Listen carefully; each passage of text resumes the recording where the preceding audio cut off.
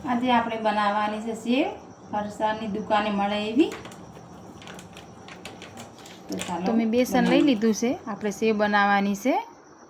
અને થોડી હળદર નાખી અને ચમચી ભરી મીઠું નાખ્યું અને 1 ચમચી લાલ મરચાં નાખ્યા છે અને 1 ચમચી અજમો નાખ્યો।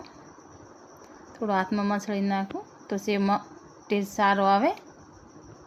હવે આપણે મિક્સ કરીને આટો બાંધી લઈશું। આટો બાંધવામાં થોડોક ટાઈમ લાગે છે કે બેસન હાથે થોડુંક ચીપકી જાય એટલે।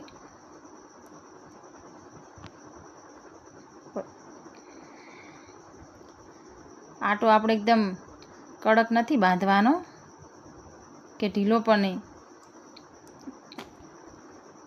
તમે જોઈ શકો છો ઢીલો નથી કે કડક એ નથી, એકદમ સ્મૂથ બાંધી નાખ્યો છે। તો આપણે હંચામાં સેવ પાડો તો અટકે ના, ફટાફટ પડે અને કડક હશે તો પડશે નહીં બરાબર।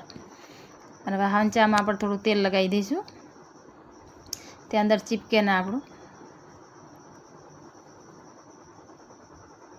હવે ચમચીથી આપણે અંદર ભરી લઈશું લોટ।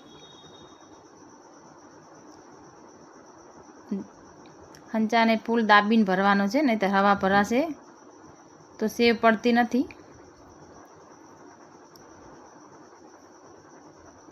હું તો ઘરે જ સેવ બનાવું છું, બહારથી લાવતી નથી, કેમ કે લોટ બાંધવામાં ટાઈમ લાગે, સેવ પાડવામાં ટાઈમ નથી લાગતો, ફટાફટ બની જાય છે। મારા ઘરમાં બધાને ઘરની સેવ જ પસંદ છે, તો હું ઘરે જ બનાવું છું। બહારની થોડી એને કડવાશ લાગે છે એટલે હું ઘરે જ બનાવું સેવ। સેવ બનાવવાની છે, પછી આપણે થોડા ગાંઠિયા પણ છે એને ભેગા બનાવવાના છે।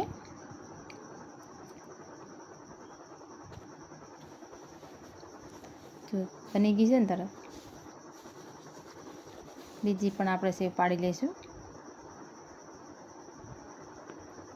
સેવ પાડતા આપણે થોડોક હાથ ઊંચો રાખવો અને ગરમ તેલમાં છાંટા ઉડે એટલે બળે, એટલે થોડુંક ધ્યાન રાખતું, ફટાફટ બની જાય છે સેવ। 1 ડબ્બો ભરાઈ જાય એટલી સેવ પડે છે। મેં કિલો લોટ નહોતું લીધું, એનાથી પણ ઓછું હતું, તો પણ એટલી સેવ પડી છે। બની જાય એટલે તમને બતાવું હું કેટલી સેવ બની છે।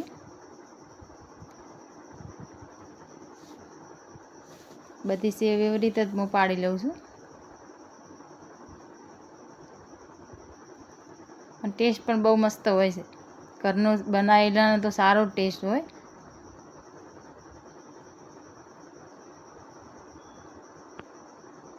બસ એ બધી આપણી હવે પડી ગઈ છે। હવે ગાંઠિયા પાડવાના છે આપણે, ઈના ઈ લોટના આપણે ગાંઠિયા પણ પાડી નાખશું થોડાક જાડા।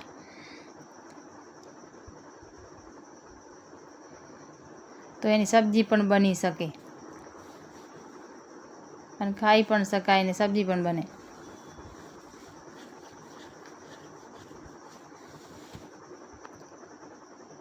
જો આપણા ગાંઠિયા પણ બનીને તૈયાર થઈ ગયા છે, કેવા મસ્ત બન્યા છે।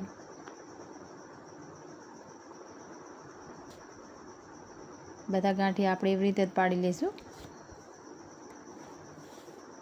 એટલા લોટમાં મેં ગાંઠિયા અને સેવ બે પાડી લીધું અને 1 ડબ્બો ભરાઈ જાય એટલું તો બેયનું બની ગયું છે।